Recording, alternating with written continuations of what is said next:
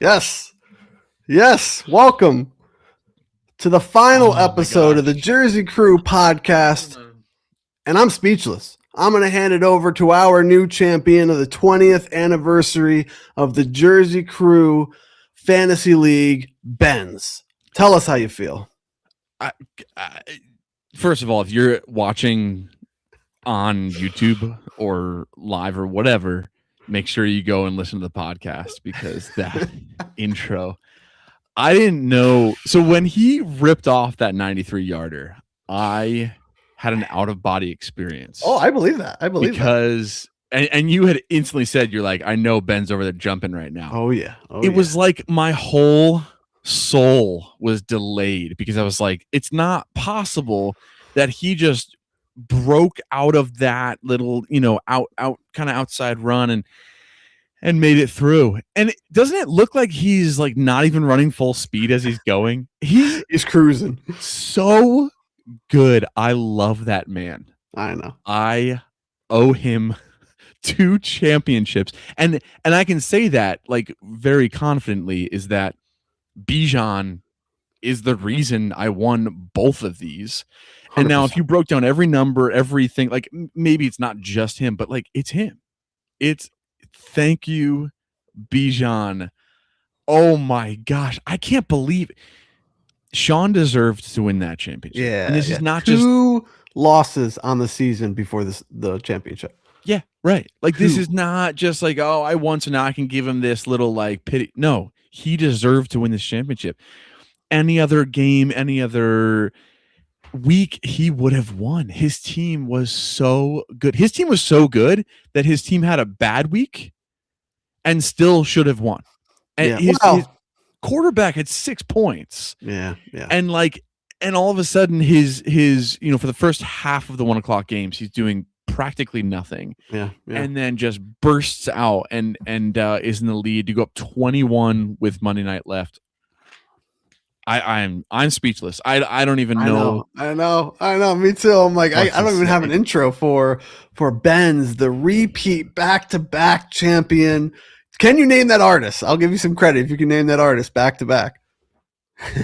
No, that's kind of Drake. He came out with a back-to-back back when I think not Baker Mayfield, Johnny Manziel, like around that kind of era, like he was doing that. Gotta use it for the back-to-back. Only the third ever to do that. Second only to Gangrene active members. Yep. As we start to run the power rankings, you would now have 3 championships, 2 in the last 2 years. And just unbelievable. I can't wait to look at this game and go line by line. You make a good point. He actually had below his average. Remember I told you, if you had 140, would you take it? And in this situation, you would have won. But I think in most situations, and if you look back on Uncle Buck's season, you wouldn't have won with 140. So he comes in, again, with 6 points from his quarterback, which only happened because Mahomes got hurt, and put up 130. So like you said, he gave himself a chance to win, but not to BENz, not with Drake May at 100 and your team at 153 points with Drake May at 42 of those points, Omarion Hampton with 20 of those points, and of course, Bijan Robinson with the 93-yard touchdown with 39.9 40 points on the day. Just unbelievable. Puts up a dud with Pitts, puts up Kyron. So if you didn't know what Bijan had, and I said Kyron had 16 and Pitts had 4, would you think you have won that game? That's such a great question. If I didn't know what Puka had, no. Right. No. Right. No way would I have thought that I would have won that game. No. What did we say when we talked a couple times throughout the weekend? This was a big weekend for many reasons, but we talked a couple times, and we both said Puka just needs to put up a dud. And a dud for Puka is like 20 points. I think we said under 20. And then I think when we were talking, we said like around 15. We're fine. That's game over. He had 15, and you won by 23 points. So you even had room to spare. He could have scored 25, and you still would have won. So yeah. And again, on the back of Bijan Robinson. And like I said in our chat, we were saying the first possible decision that's made in the 20th anniversary season was by BENz. BENz goes with Bijan Robinson. I wish we had clips from YouTube. We put him up. Yeah. Oh yeah. We had his picture up there. We were going. It was unusual. It wasn't unheard of. Right. But it was maybe like 5% of the drafts were going Bijan first. It was very low. He goes Bijan, the first decision, the first pick, all the way to the reason that you won the championship in the last moments in Monday Night Madness form. Yeah. We've been talking about this concept of Monday Night Madness as a podcast thing for 4 years, and it comes down to the last game of the 4th year of the podcast, 20th anniversary, and sincerely Monday Night Madness with Bijan Robinson going off for 39.9. Unbelievable. So I had to add the little clip. We've done that in the past. I've used those in intros, but you got to hear Bijan go for that, because I can't imagine. Like, did you like just get up and start like moving, or what was your reaction? Well, first of all, I didn't sit down the whole game. So oh, wow. I stood. And I stood 90% of the game. I would sit during commercials, but I was just standing. I brought this TV behind me out there into the living room to be like a little bit better of a setup. And I'm just like, I need to see every down. I need to see every yard here. And I need to just will my players to score. And first drive, nothing. Rams, nothing. Back to Falcons. I know. You're right. Bijan touchdown. And I'm like, this is possible. This is really possible. Like, this is my dream. This is what I dreamed of year after year after year of, maybe I go in down and these guys score big, and it happened. Like I talked about with you earlier this year. Yeah. Like, you only dream these things are going to happen, and it really happened. So when that happened, right before that, I had said to you guys, I want to go into halftime tied. Mm-hmm. And I think I was down about 8 points, right? So that was kind of asking a lot. There was like 2 minutes left. I need maybe four catches and a good 40 yards or something, or another touchdown. And rips a 93-yard. And the whole time I was like, no. And then it turned to go. And he goes the whole way. Then you're like, but wait, this guy is really tracing them. Whatever his name is, was almost. He said it in the intro. Yep. And that's where they sometimes will get those guys with the like little heel tap, right? Yeah, as they're like diving toward them. And sometimes the guys trip up. Not Bijan. No way. Not this year. He just skipped right into that end zone. The longest touchdown run of his college and NFL career for me. For you. Now there was one thing that you said, if you win another championship, you were going to do. I wonder if you remember. I think it was I was thinking about clipping it, but I think it was on one of the early podcasts where maybe even the draft one. And we were talking about it with Bijan, and you're like, you know what? If I win another championship on his back. What was it? You were gonna buy a jersey, and I was like, "So you're gonna put him on your back? You're gonna have to."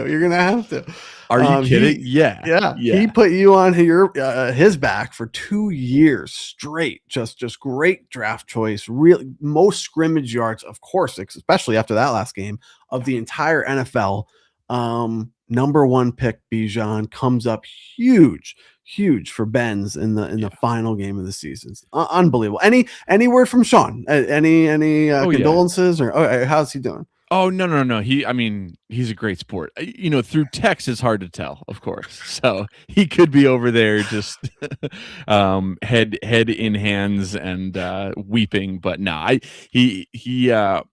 think something in the way that he was speaking, I could tell that like he knew something was coming. Okay.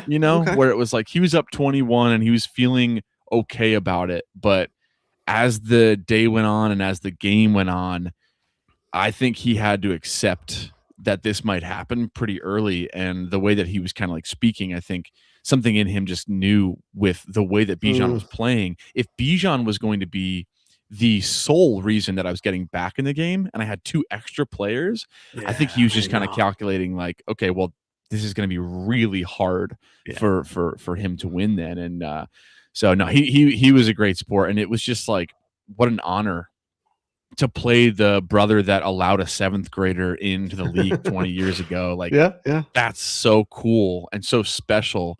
And so, as I was like writing my victory speech, I was thinking about like, no verbal diarrhea this time around, because that really backfired on me the last time.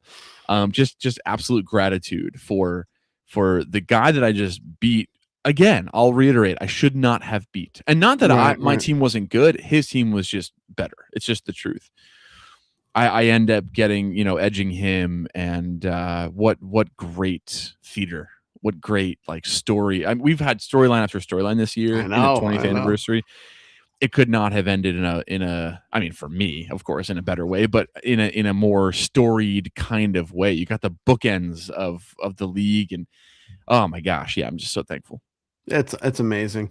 Really good year in Jersey Crew. Fun to follow this journey too. Something I told you is like the first year we did this podcast, the storyline was all negative. Yeah. You went 0-14. We saw the worst of the worst, and now we get to celebrate the best of the best. And that journey to see that, every week during the football season for 4 years, talking back and forth. We Yep. were just joking, like, hey, this is, we want to celebrate this win, but it's also the end. This is the end. last podcast for Jersey Crew. I might come out with one more after week 18 for my just fantasy world and a little bit of an update there.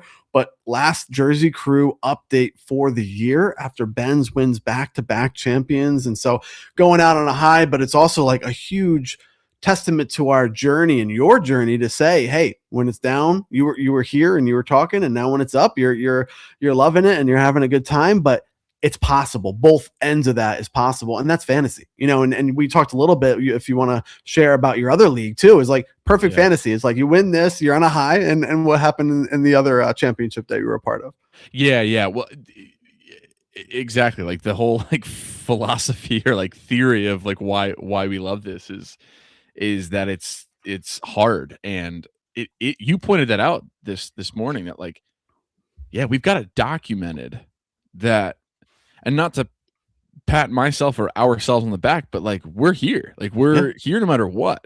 And we stuck with it. And even you having to fight your way into the playoffs and then get out, and then you're still, I mean, anybody, we can do whatever we want. We could not do an episode. We could, but like we're documenting now for 4 years the trials and tribulations of this whole thing. And so I pointed out right before we got on that you and I went into the playoffs with, I think it was, for me, it was 4, or let's say that we went into week 14 with 4 on my end and multiple on your end. We were like, hey, out of these 8 or so, let's go get 3 to 5 championships. And it was really possible. And it was. Even looking back now, is still very possible. I made it to 2 different championships out of my 4.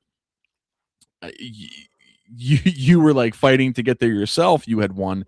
You were on the way to winning 3rd place, like all these different things. And we come out with 1 championship out of all of them. Now it's the best one to win. It is definitely the best one. It's the most important. Exactly. It's the most important. So I can kind of, that's the best consolation ever. But I lost my other one in the league that I was in first place pretty much the whole year. Yeah. Okay. Where they invited me in as like kind of one of the last guys through my roommate, my good friend here. And I was dominating them. And I know. I remember. Yeah. But you know what? It was Egbuka who just disappeared. Okay. It was Jonathan Taylor who didn't disappear, but got, halved. Yeah. And then it was DK Metcalf who got punched a fan and got suspended. It was George Kittle. Those 4 guys that I just named were on that team. And that's what happens. Like that is fantasy. You think you're going to get 2-3 championships, and it's like you barely get 1. But thank God I got this one. The biggest one, the one that we have been talking about the most, and we hear a lot about when we talk about with our league mates and our friends and everything like that. So it is the most important, but just one championship, 1 second place for BENz. I didn't make any of mine into the championship. I did win 3rd place this past weekend for 250 there.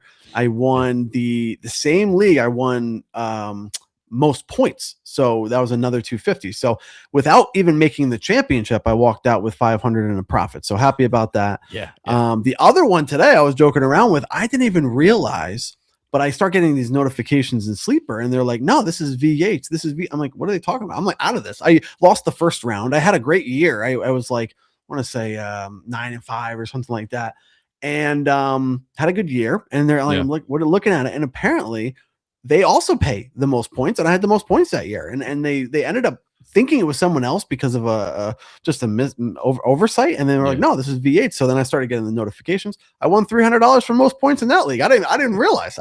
So two leagues have the most points this for the regular season. So now I'm starting to like the most points kind of payout. I'm like, all right, well, that makes sense because I didn't make the championship in either of those, and I was still able to profit. So happy about that, and what happy about fantasy in general. The redraft, like the managed teams, unfortunately not that good. 7 leagues and 0 championship appearances, not even the appearance. So, but made a little bit money back on those couple leagues, and then the other stuff has been great, just been awesome. 1 week left, so for all the pools and all the things that I take part of with pick 5 and pick 6, we go 18 weeks. Right. So we have 1 week left, but I am in first place for pick 5. Come on, up 3 correct picks and a decent top prize for the season long there. So I have that in the scope. Then I'm tied for first at a 62 in the pick 6. Okay. That has a decent up top too for the number 1. If we're both number 1, like we tie or something, we'll just split it. So that's interesting there. And then DFS just down about 20 points season long. I have 1 week to go, so I could try to do a little creativeness and be a little different, just to try to score more points in a way that they won't. So like we don't have the same players and stuff like that. So I can strategize about that. And then finally, it's the Survivor. I'm still in 17 correct picks. I was waiting. 4 people left, and $1,000 is the leftover from our split agreement. And so we still have that to play for. And if we all select the correct pick, we'll just split it. Maybe 2 of us will, maybe 2 of us won't. We'll still chop it. And for the ones that get it. And then also it would be kind of cool to be like, I didn't get eliminated all year in Survivor for 1 league. So like I would be just pick every single correct pick with not being able to pick the ones that I've already I've picked. So that's kind of just cool, because like there's been years I'm out in the 4th week or 5th week, and it's just like, how am I making it 18 weeks? So hopefully we get a part of that as well. So fantasy in general been a great year, but it is really all about fantasy redraft and managed leagues. And when we talk about that, it's all about Jersey Crew. So just amazing. Really happy for you. Just like a huge win, up and down game. I said before the podcast, I wish I took screenshots, because every time I looked, it was a different score. And then you were projected to win by like a lot. Like you were projected to win by 30 or 40 for a few like hours. And then it like turned, and then it was like supposed to be tied. And then he was projected to win by 20 or 15 or something like that. And then all the way to the end of Sunday, going into this Monday Night Madness, you were projected to win by less than a point, right? Was it less than 1 point? Yeah. So what was your emotions after Sunday? I know we spoke on the phone, but for everyone out there and for, I know we're excited about it now, but what was your true emotions Sunday night or Monday morning heading into that last game? Monday morning was the dichotomous, like, I am so excited that the final game of the fantasy season matters for me. Right. Yeah, that's true. The final NFL game of the fantasy season. Like, how lucky am I? That's so exciting. I'm so excited that I have 3 guys playing. 3 of my best players lately, especially with Pitts. But the other side of it was like, I am going to throw up. Like, this is awful. Puka is too good. I know. I was worried about him too. Pitts, yes, he's been on a tear, but look at what he did. Like, that's what he's capable of. Yeah. Kyron, I'm worried about Corum. Look what almost happened until Corum got injured. Like, so it was the weirdest feeling. You would think I'm over here like hitting the punching bag and getting hyped. I was like still. I know. I felt that too. A couple times when we talked or texted, I almost felt like you may not have thought that you were going to win. Is that true? Would you resonate with that? I just was like so messed up in my head, because I was like, I think I actually can win, but I'm not going to. Like, you know what I mean? Where it's you were like, accepting it before the fact, just to like not make it so hard on yourself. Exactly. Like, this is what happens. Like, Sean is good at everything in life, and he is just going to find a way to beat me. Like, that's what I'm kind of thinking. The guy, the team, the everything, all the whole dynamic. But then it was this creeping feeling of like, no, I do really have a chance. And like, I have 3 guys, and yes, I'm down 21, but then, you and I strategized, okay, what do I kind of need to happen? then it made it feel much clearer. And then I don't even know. I like blacked out from dinner until the game started. It was like, You were like, time is crawling. Like, you're probably just waiting for the game to oh my start. gosh, yeah. From the moment I finished work, like 6-ish, which is like pretty standard, it felt like 4 like days until the game started. So, Yeah. oh man, yeah, it was a weird feeling. But today I woke up like, we just had Christmas, but today almost was the real like Christmas Literally. morning feeling of like, oh, thank God it's over, and I did it. I did it. Yeah, again, back to Again. back. The really cool thing, I don't know if you caught this, but the really cool thing about you winning again also ties into the beginning of the years of fantasy football and who you were. Do you know what stadium that game was played in that Bijan Robinson won you the game on a 93-yard touchdown? Do you know? Uh, The Mercedes-Benz Stadium. Come on, man. I had no idea. Like I know, but I was not The thinking Mercedes-Benz Stadium. Monday God was Night really like Madness. watching, really looking out there. Wow. Yes. Oh my god. I just was loving that. I was like, this is not happening. And it happened at the Mercedes-Benz Stadium. Benz, probably 7-8 plus years ago, was called Mercedes-Benz. Yeah. Won a championship as Mercedes-Benz against Bunk. So again, we talked about the only time you ever played Sean in the playoffs was the championship in 2011. Yeah. You were Mercedes-Benz and you won. And now you're number 2 in the league. He's number 1 in the league. You guys play again, only the second time ever, and you win again. So a little of the upper hand, not in records for the last 19 years, as we discovered in our preseason interview with Sean. We kind of talked about, but in championships over Sean. And now you're 3-1. You only lost 1 championship, won the other 3 that you were a part of. So really, really impressive there. But I just love that coincidence, or, I doubt it's a coincidence, but it comes back to the point of saying Mercedes-Benz, here it is, the 93-yard touchdown and Bijan Robinson playing at home for the win. So just unbelievable. Just wanted to make that known for you if you didn't realize. No, not at all. The divine intervention there. When did you realize that? It was probably during the game. Yeah. We were watching it and I kept thinking of it and we kept talking about it. I'm like, this is happening. I didn't want to jinx it because it was at a point of the game that it wasn't, it wasn't, but I was like, I'm saving this for the pod. I'm gonna let them know in the pod. Really awesome. Awesome. Yeah, I was very much like myopic. Like I was very much like tunnel vision where I couldn't think of anything other than Bijan, please get the ball and go. Kyron, please go. Pitts, the best part was even after the touchdown and LA had it, then Kyron was doing well. He was picking up runs, and so even when you weren't scoring points with Bijan, you were still scoring points, and that's what you really needed. Yeah, even with a Pitts dud to really take it over. I mean, this was like a 30-40 point game in your favor when Chris Olave had 0, and then he out of nowhere bombed off. Brees Hall had 0 for like first 2 quarters, then he bombed off. CMC, of course, just had 28 as a normal game. Yeah. So you didn't have like an easy road. You still had to beat 130, and Bijan just pushed it over the top. So just awesome. I just wanted to go through our normal practice too, to kind of look at the draft. We've done that for the last couple for the seasons for Ben last year. We did it for Pack Attack the year before. I think we did it for Q the year before. So looking at this, I mean, just unbelievable. We know about Bijan, but then Kyron, then Omarion Hampton, then JSN. Devontae Smith might have been the only decent, nothing crazy. Matthew Golden, you basically lost that completely. Jerry Jeudy, you basically lost that. Josh Downs, lost him. Yeah. So how about that? Let's look at that. We know about your top. I mean, great strategy. I did it probably 60-70% of my drafts for best ball too. I love the 3 running backs. We talked about that all summer. Yeah. Love JSN. He went late and obviously became way more than you could have ever expected. So the top 4 is just like the reason you won the championship. Yeah. There's people a lot of times say it's not the draft. You don't win the championship from the draft. And you don't, but you build a championship team from the draft. And that's what you did with the first 4 picks.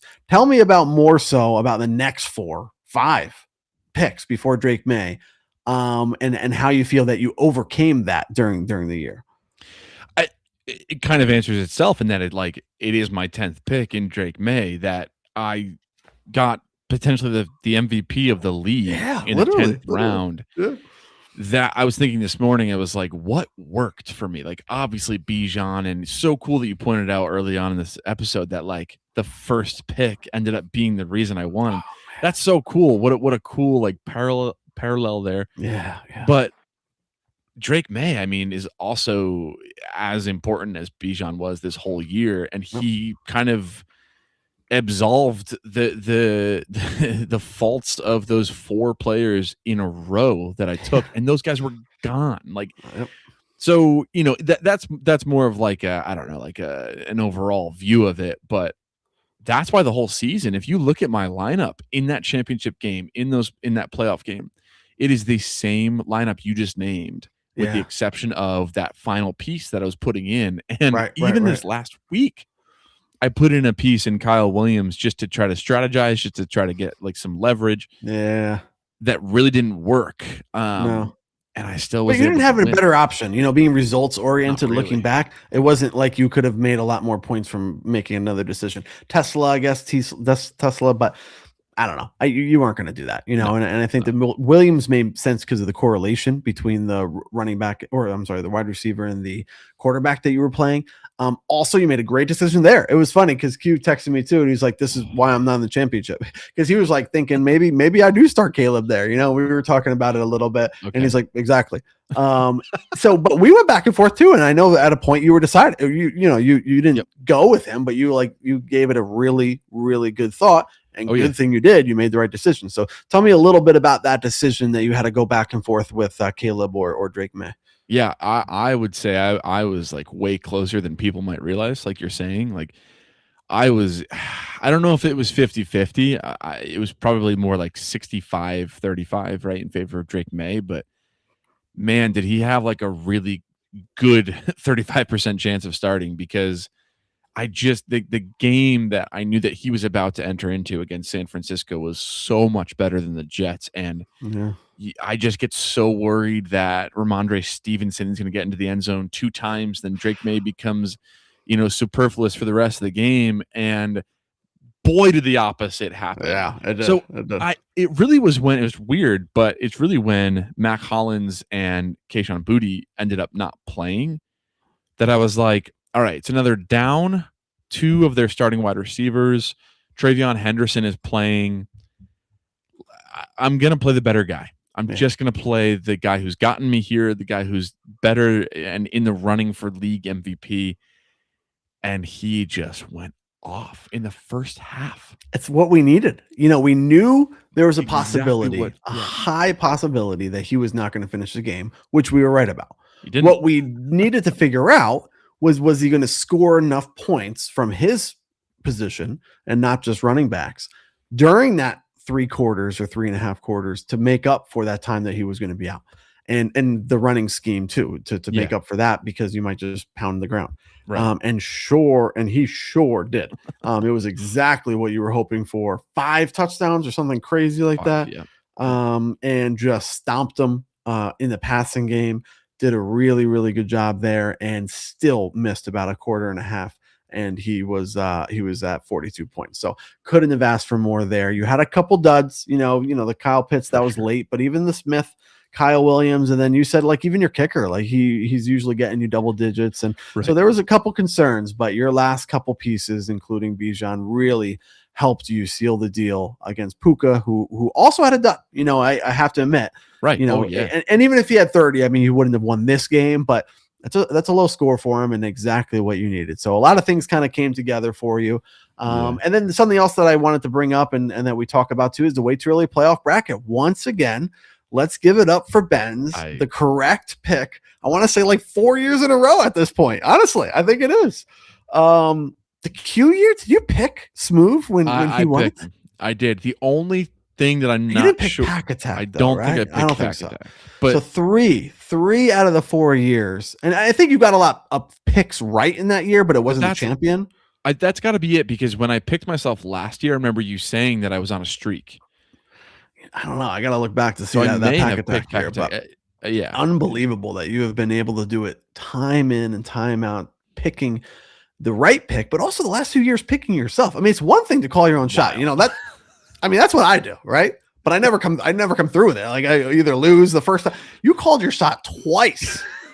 And you won both times. That's impressive, man. That is air, like yeah. You're like, I'm gonna win, And the first year you won as was it 8 seed or something crazy? 8 seed, yeah. The last, and now you won as a 2nd seed.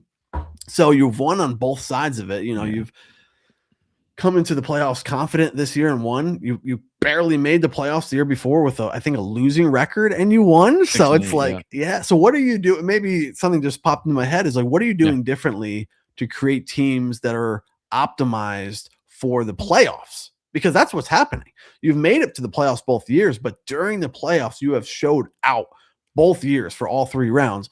Are you doing? Is it a coincidence? Anything that you're doing that optimizes for the later weeks in the year? Yeah, I think there is such thing as fantasy maturity. I like that. And I think I have reached that place in life. I think I have arrived at it. And after playing for about 20 years, should I have arrived earlier? Yes, for sure. Same thing with childhood, right? And adulthood. Exactly. Like, yes, we all should arrive a little bit earlier than we do. But I'm glad I'm here now. I was looking back at past years this morning for fun, and dude, I didn't stop changing things and picking up and dropping and starting, and all my lineups, all my starting rosters were so different, and I was just too cute along the way, and too like, no, but this guy's gonna have the big game and no one's expecting it, and this guy mentioned it on the Yahoo site, whatever. Now it's like, I have my sources, I have my resources, we come on here, we talk about it, we throw some things around, and I just trust my draft, how I drafted. And I mean, this year especially, just going with guys who are strong, whether or not I had them the year before. That was a big thing, that thorn in my side of all these years trying to pick a new team for fun. Look, it's not about fun anymore. I want to win, and it worked. And I only have Bijan, and I mean, really it's just Bijan from last year. But this idea of going to the well. Yeah. I mean, that's kind of what we said Sean does. I mean, in a degree, the reason he always ends up with these old guys, or we joke around like he has these, and he does well with them, is because they're known names. Like, we're always trying to be on the up, or trying to get the before they blow up, and that works a lot of times. The Omarion Hampton, he's a rookie this year, right? If I'm not mistaken. So that's a grab there, and even Kyron Williams, he's a little bit more of an old head, but we're trying to get we're trying to get ahead of the game. And in reality, these players are good because they're good. Even Travis Kelce, until Pat Mahomes went down, he was actually a pretty good value pick that he had as a tight end during the year, and the stack that helped as well. So he had a great year. I mean, that's the one thing that is like weird about you winning, is just like 2 losses. It was only the 3rd loss in the championship for Uncle Buck of the entire year. And it comes to you after beating you and your team and your players 2 times during the year. So just almost like he deserved to win, and he did get Survivor, so he got a piece of the pie. And he dominated throughout the year for points overall, but just couldn't get it done in the championship. And for 2 years in a row, you've been able to do it in the playoffs and in the championship, putting up big weeks. I wonder what, if I had to guess, what your lowest point total was in the last 2 years of the playoffs. It's pretty high. Like, for you've had so many big games over the last 2 years. Like, I wonder what it is, but it's pretty high. I think I went 130, 190, 170 last year. And wow. If you know that off the top of your head, that's crazy. So this year you had 150 and you had 165. Okay. So 150, 165. And last year you had 162, 192, and 142. Dominated, man. Like, your lowest score is that first round in last year's championship with 142 points. What the heck are you doing? See, you got to play best ball, because this is where all the money is. The last 3 weeks, you have to have the right players. And the last 2 years, you have had the right players for the last 3 weeks of the season. So wondered if there was anything that you were doing, or maybe it's just the players that you're going with. Yeah, and just sticking with them and just trusting them, and not like, especially that Caleb versus Drake May, right? In the past, I 100% would have gone Caleb, right? Oh, To okay. be like, I like that. oh, this is more exciting and more like I can get like more of a ceiling here, more of an opportunity here. But it was just like, no, he got me here. He is the better player. Just stick with it. Yeah, good for you. The good thing is that even if I did start Caleb, I would have won. Right. I did notice that. Right. I did notice that. There was a couple things like that with decisions made. You won by 23, man. Like, like that's not that close. What if you played Giants and Cowboys for the championship? He had 151 points, and I swear there was points of the day that he was just like, "Oh, too bad you were, good thing you weren't playing me. I was going to win. You would have still won. So you are the champion of all champions. Don't let anyone hold you down." But you would have just won by 2 points. So that would have been just like tilted. I don't know. Did he have any players on Monday night? Do you know if that was playing? Didn't he start Matt Stafford? I'm assuming, maybe. Right? So So that would have been a nightmare to tilt off on Monday night as you get a 93-yard touchdown and he just loses by 2. But you were in the same side. He puts up 140, which is even more than the champion Chip, second place, which was Sean. So Sean put up 130, he put up 140, and you still won. So you have to be good in each of these weeks. And on the bye, that didn't even count. You had 170 something, right? Yeah. Man. You are doing something. So as we talk about Matt, we had to ask him, how's he feeling? See how he feels. So he's got a little voice memo to listen to from Matt, our good friend, Giants and Cowboys. Suck, I guess.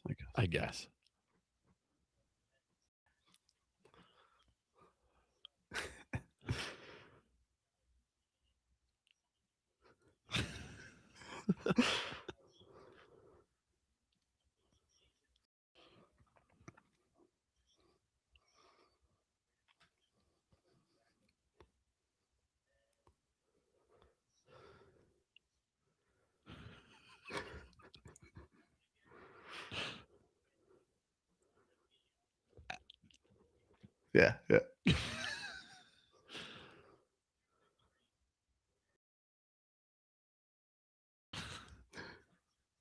Come on.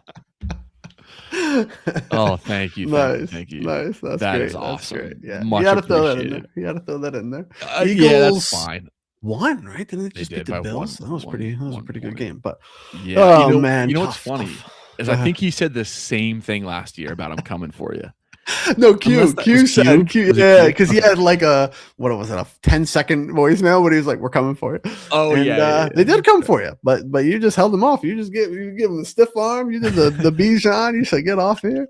I'm gonna hang in second, third place basically all year and come out with the championship. Man, unbelievable. Yeah, and I appreciate that too, because what a heartbreaking loss for Matt, putting up 140 and still losing the second round, and then going on to put up 151.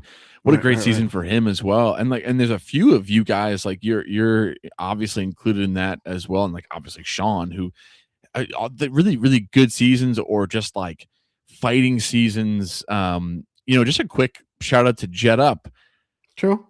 But like putting up 137, then 81, then 96 is kind of what we saw coming a little bit. Right. With like, is he the team that that is beatable? But I don't know, that to beat Matt twice in the semifinals and then to edge Sean, what a sweet way to go. It's crazy. It's really hard to do. So you did it, the championship of the 20th anniversary, just unbelievable.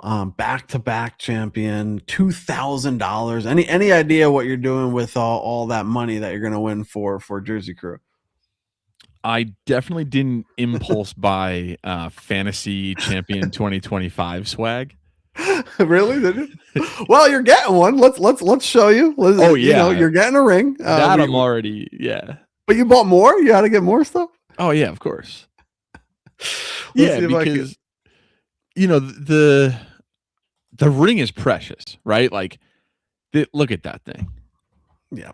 Yep, we're gonna That's get it customized. I don't know how I'm gonna do it wow. because I got to figure out what it's gonna allow me to do. But I got to get Yeah. BENz on there somewhere. Yeah. We'll have it all ready for you. It's gonna be nice. It's gonna be hopefully get Jersey Crew somewhere on there too. Maybe your logo if I can upload the one that you have in the background right there with the swords. We should look back and your record since you switched that logo. Really good. I want to say, was it in the playoffs or right before the playoffs when you it was switched in it? the playoffs because Yeah. you said it was pretty dangerous. Yeah. So then the points we just talked about last year, you had that.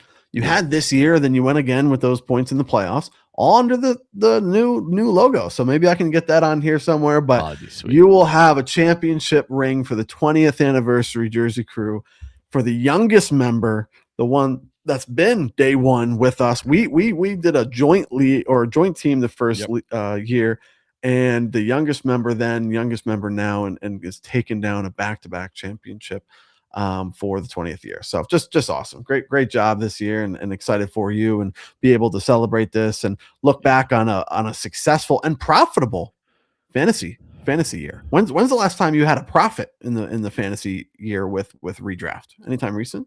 Yeah, I mean, Last year. Obviously, last year, but in this way, no, this is a first for sure. Because even the league that I came in second place, I'll get 100 for that, which is like, I'll take that as a second place prize, no question. It was a $25 buy-in, so yeah, I mean, to walk away.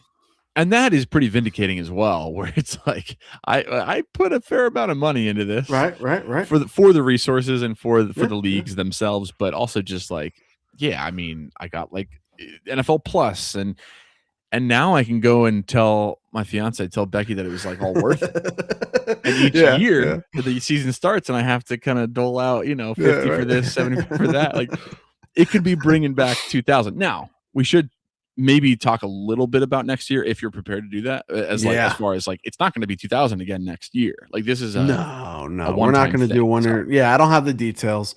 I think we're going to scale back. I know we're charging a car payment over here by Grandpa Buck's standards over here, but so we'll probably drop back to 150, something even like that, and then pay the top three or something. Right. One thing I might keep is the 6 teams making playoffs. That was kind of interesting with the stressful bye week. Yeah, and making sure that you're in the top half to make playoffs instead of just, no offense to BENz, but you were 6-8, going into that playoffs, and you still won. Not a bad thing, but we want to kind of, I don't know. I got to figure it out. If we go with the 8, I like paying the division winners because then you get something from that. Yeah. If not, and we go with 6, I'm okay with not paying that because now you get a buy if you're in the top 2. So you're still incentivized. Gotcha, so we'll see. We'll see about that, but probably go just reverse. I never really got anything out there for draft order next year. I kind of forgot that we had a consolation round because we have 6 in the playoffs.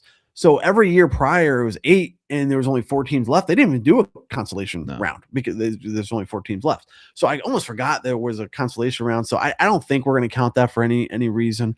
But we will go reverse of the standings, which is why Matt said that you won't get Bijan. Obviously, at pick 12, you will not get Bijan. But probably just go reverse there, and then pay out, first, second, and third. But it was just to get it close to that 20 for the 20th anniversary with 2,000. Also to make it a little bit more meaningful, and it's tough, man. I mean, you win second, you come in second, and you walk away with nothing. Now for Sean, I mean, he already got the 370, I think it was for So for the survivor, but.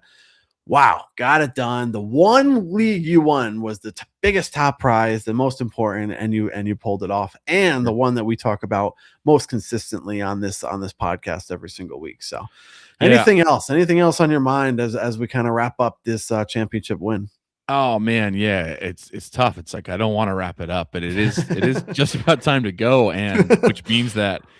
Yeah, this is our last one, and who knows? Like, there's a lot I want to say. So number one, it's a testament to our longevity. One of the testaments to that is this like 6-point QB touchdowns that we've stuck with over the years. I don't think have ever been anything other than 6 points for QB touchdowns. Right. And I love it. I just look at what it can do, right? Where Drake May goes and gets 42 and helps me win a championship. Yeah. you bring that down to 4 points and you lose 10 points, right? Because you lose about 2 points for each touchdown.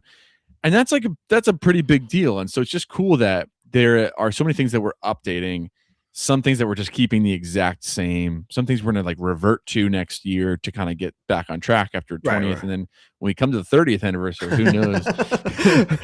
And and then going over to our podcast, like this was the first year we did a May episode, which was really awesome, bold and fun and like interesting, and got us like got the engine started for the whole season. And so who knows what we may end up doing this year. We also added the live stream. We added the video component like in and of itself.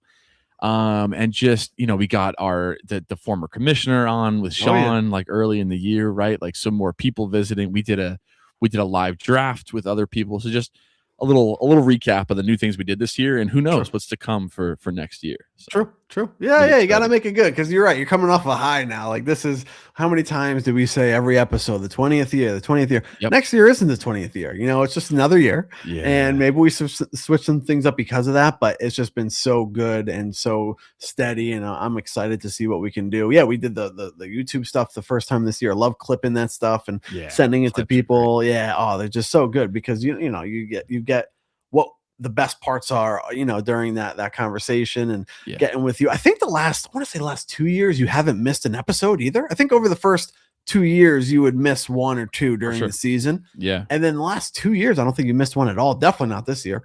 And that's been awesome, because it's been consistent, and we've been able to go back and forth and see how we're feeling, and we get both sides from both of us. And in this league and in all of our fantasy stuff. So it's been a fun journey when it comes to that stuff too, because it's always fun to talk about, but when you're interacting with others, and we're getting a good amount of people listening and watching, and that's been fun too. Our nephews, when Sean was there, I don't know if you know, Carter and Lucas are listening all the time.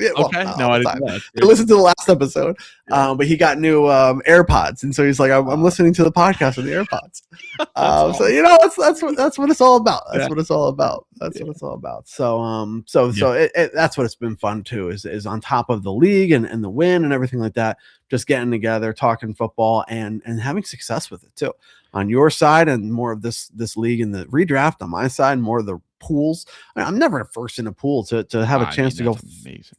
3 firsts in 3 different pools is a lot of fun too. And that's that's kind of random sometimes, but it's also like the more that we talk about it, the more we're sharp about things. So that's been fun too. So what a year, season 4, and maybe next year is more about the podcast being season 5. Maybe that's the focus anniversary. Exactly. It's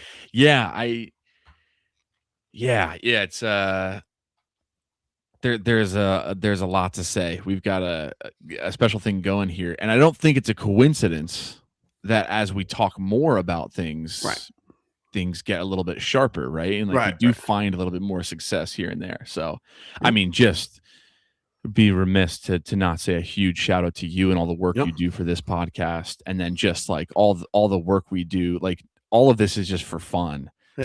And it's cool to be in a place in life where I can shape my other jobs around my fantasy football podcast and not have to miss an episode this year.